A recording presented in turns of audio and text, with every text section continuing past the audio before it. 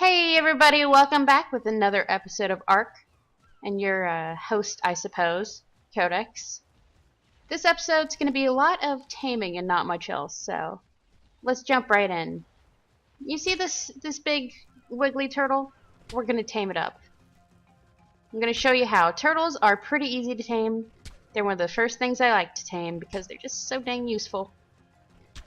And turtles are probably one of the easiest things to tame too because they haven't exactly got a lot of running power in them. So you just back away and shoot them. And it's that simple. At a certain point in time, they will just start to run away from you, so just try and stay ahead of them and keep bopping away at their snaz. Then, of course, you end up going through 61 rocks and breaking your poor innocent slingshot. So you take him out the old-fashioned way. Nice old punch in the schnoz. Turtles, you definitely want to aim for the head. That's the only spot you want to hit him in. And bam! Got a turtle. Good job, you. Now, bear thee in mind, it is going to take you hours to tame up one of these guys. I'm on 5x, and it's going to take about probably 15-20 minutes to tame this level 50. So don't go crazy going after 150. Try to get something low level. Turtles have a fair amount of armor, and they're pretty useful at just about any level. Uses for turtles include berry gathering, very slow pack mules, and early game tanks.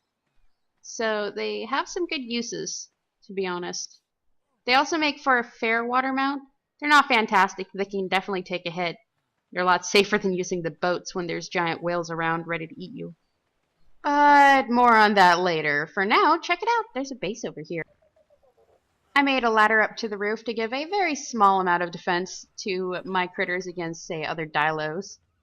It's not a lot. It won't protect me from the birds, but it will protect them from, not much, to be honest, but a couple things. I like doing it. I mostly do it on boats. You'll see that on my boats, too. So here, I don't know. It's aesthetic. Not good aesthetics, so it's abstract aesthetics. So if you come through into my abode, I have some mortar and pestles down. I have a chest, a fireplace. I have a bed, just one bed. And I've made this all out of thatch, which is not very helpful. And one thing to bear in mind with thatch is that it actually weighs a lot more after it's crafted than the materials. No other building material does this, so it can be kind of hard if you're out there crafting as you gather, because you'll end up encumbering yourself way faster than anything else. With the other ones, you'll see me crafting on the go, just to save on carry weight. You'll see here I've opted to have 4 mortar and pestles, and this is why. They actually make good carry containers.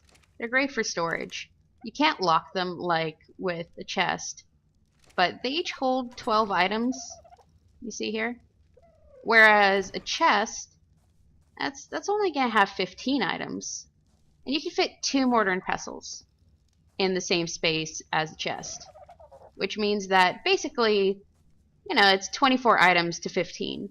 It's an easy one. As you can see here, I've gone with making a 3x3 instead of a 1x1. And it's not in an ideal location either. So, a 1x1 is about this big roughly, from where I am to the corners. And that's enough room for a bed and, maybe a chest. So having like 8 mortar and pestles would really improve your survivability. And you can walk right over them. So it helps a ton.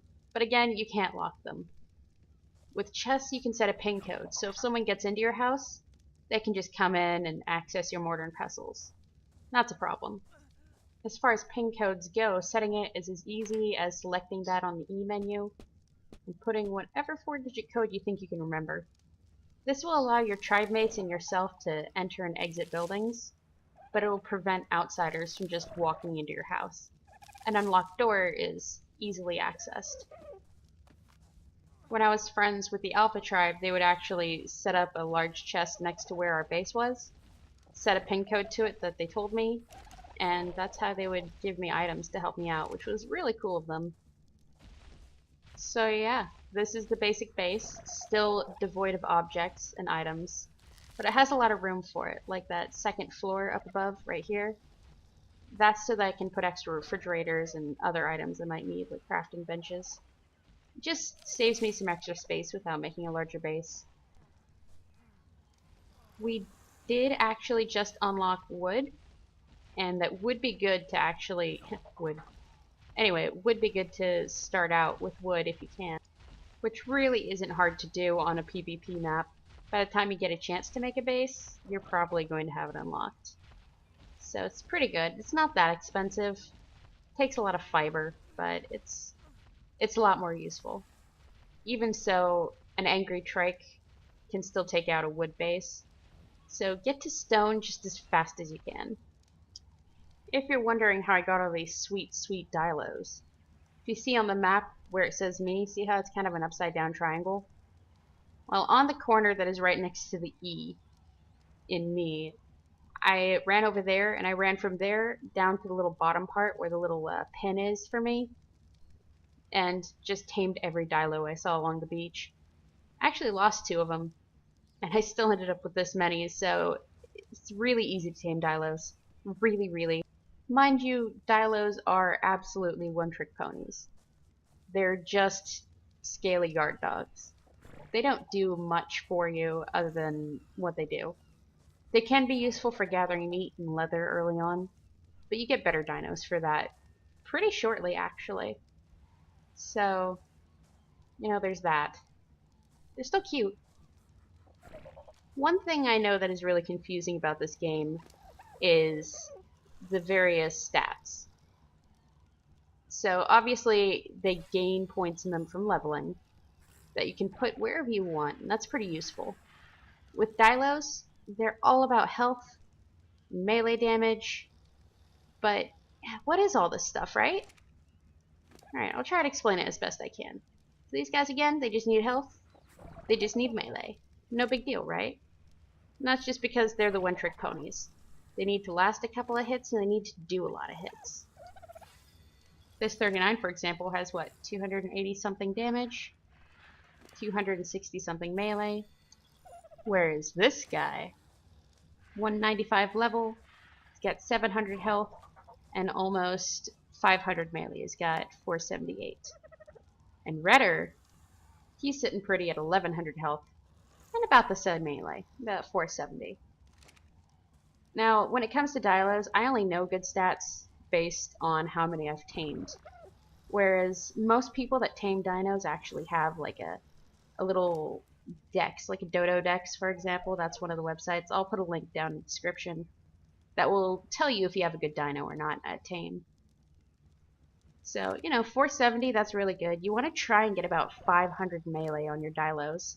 That'll give them a really hard attack. And I try to get 1500 health, if I can. That's something you only get with the high levels. Now, every time you put a level into a high level dino, they'll get a lot more. Like that 186 I just leveled up, he got almost 80 points from one level. Whereas the level 40 got right around 20-ish. The only other thing that melee damage really does is if you have a gatherer of some kind, like a trike that can gather berries by hitting bushes, or a turtle even, the more melee, the more they'll gather. So it's actually important to level melee on some other dinosaurs too, even if they don't seem like something that would need it necessarily. Stamina is incredibly useful because it's what ensures your dinosaur can run. If they run out when they're swimming, for example, they could just sit there until they drown, which isn't what you want. Stamina is also useful because if you're in the middle of a fight, you don't want to run out of that, and it will go down a lot faster as they use hits.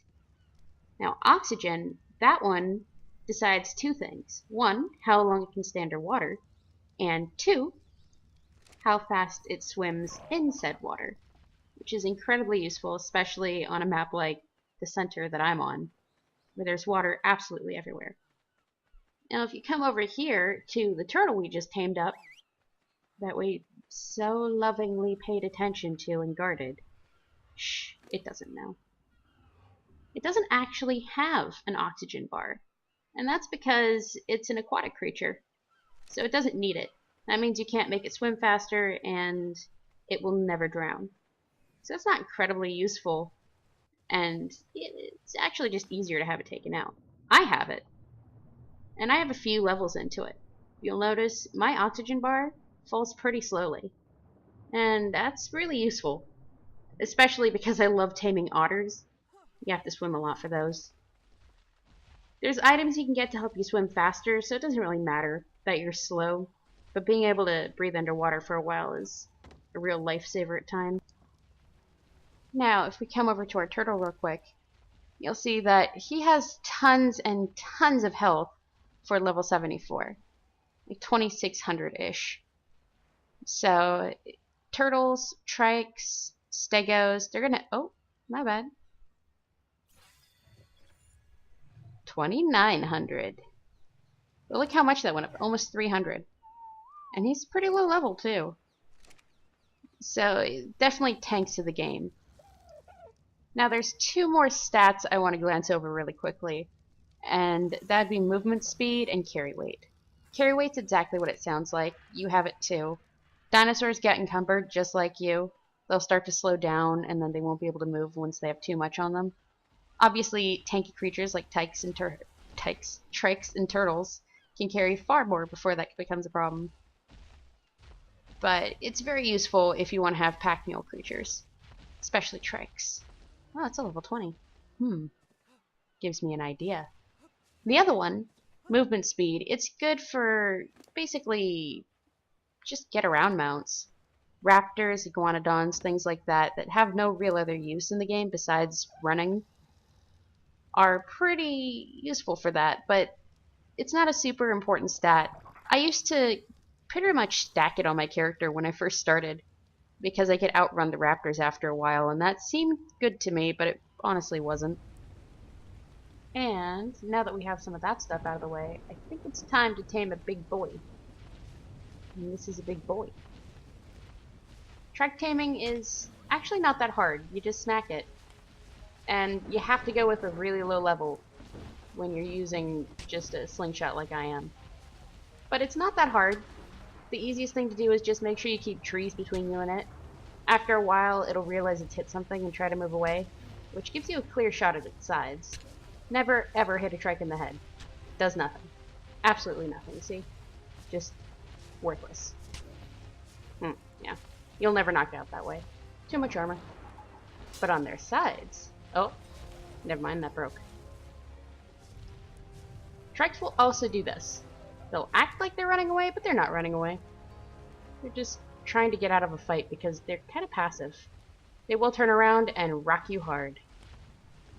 You also have to be careful of other trikes being around, because if you hit a trike while another trike's around, they'll both chase you down. So you just kind of do this whole process. Run away, get some trees between you, confuse it a little, smack it in the side. Very straightforward. Ow! That was my fault. No, wait. It was the tree's fault. I blame the trees. There we go. Got it again. We'll just continue this process. It'll probably take a while, even though it's a level 20. It's certainly worth it. Now, I did have some trouble with some other trikes back there for a minute, but I managed to shake them off. They aren't nearly as interested as this one is, because it's the one that's actually being attacked by me. And, you know, you just stick with it. When they're running away is the perfect time to actually hit them. And eventually they'll go down. No, but actually, you know, eventually they'll really start to run away from you like this one did. And there we go. Excellent. We've taken down our first trike with just some sticks and stones. Our first real trophy. I consider this a win.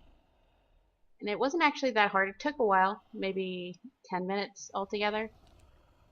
But there was a lot of playing around in between that. A lot of cat and mouse. But I think it actually went pretty well. And I didn't really take any damage. It was pretty easy. You just have to know when to run away and try and keep trees between you and it. It's really no big deal. It's not as hard as it seems like it would be, considering they have gigantic spikes. This would normally take quite a while, but I'm on 5x, so it's not taking that long. It's better to use garden plants, which we'll get to in a couple episodes, and even better to use their favorite kibble, but berries work all the same. You just have to try and find one in a more secluded area so that other people don't mess with you when you're online. And there we go. We have our very own trike. Let's name it, yeah, Sarah. Any 90s kid will remember that. And we'll start taking it home. Trikes are incredibly useful. They're great berry gatherers. They're great carriers. And surprisingly enough, they're great at defense. Because they take so little damage at the front and they have increased knockback, they can protect you from a lot of enemies, like alpha raptors or a herd of regular raptors. Because every time it comes in to attack you, you just throw it back and hurt it. I actually used to take out alpha raptors with these guys. And I think most alpha raptors, low level ones at least, I could take out with my level 40. So they're quite impressive creatures. So, despite this episode running a little bit long, I'm also going to show you how to tame these guys. You just craft up some bolas, which are something you should always have on you in case of raptors. They're pretty easy to craft. You just hit it in the head. Now you also have to go for a low level unless you have the tranquilizer darts, because you're most likely to kill these guys when you shoot at them. Well, let's see. Went down nice and easy. Honestly, I don't like parasaurs myself. I just ignore taming them unless I need the eggs, but you know, whatever. Some people like them, I guess. I find them really slow. I find them kind of cumbersome, and they just get in my way. I'm not a fan. They can carry a lot, though, and they're very easy to tame early on. I think it's the second saddle you get. So, you know, it's up to you if you want one. Obviously, it's easy because I just throw one down. They can be used to gather berries, but I'm not a personal fan of that either, because it's a lot more difficult than even turtles to aim them on the bushes properly. So, you know, there's that. So, I think this episode was pretty information heavy. Not super fun. So what I'm going to do for the last few minutes is I'm going to just show some clips of Dilos doing what Dilos do best, which is killing everything. It's a level 85. Puts up a good fight. But just like every other fight, you can't withstand the army. They are legion. Nice little turtle over here. Or there was.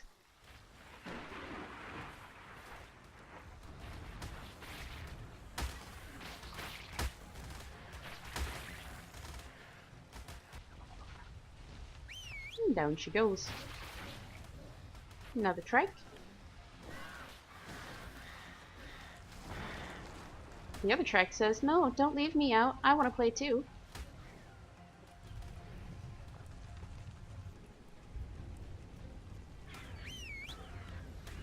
And this silly raptor that thought he actually stood a chance.